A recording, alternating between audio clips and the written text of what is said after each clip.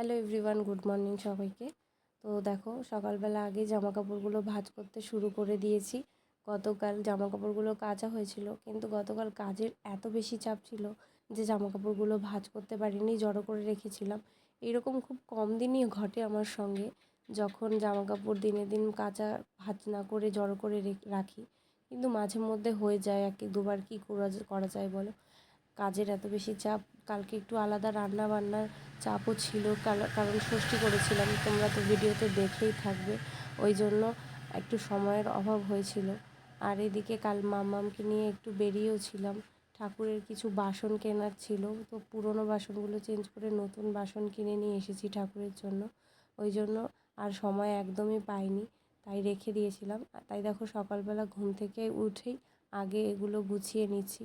সব কিছু গোছানো থাকলে না মনটা অনেক বেশি শান্ত লাগে। আর যদি অগোছালো থাকে, শুধু মনের মধ্যে চলতে থাকে কখন সেটা গোছাবো।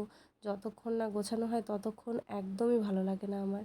তো এদিকে তখন দেখো, সমস্ত জামা কাপড় গুছিয়ে টুছিয়ে নিয়েছি। এখন বিছানাটার মধ্যে একটু মাম্মাম খেলেছিল বলে ওলটপালট হয়ে আছে। এখন একটু বিছানাটা ঝেড়ে নেব, তারপরে যাব নিচে।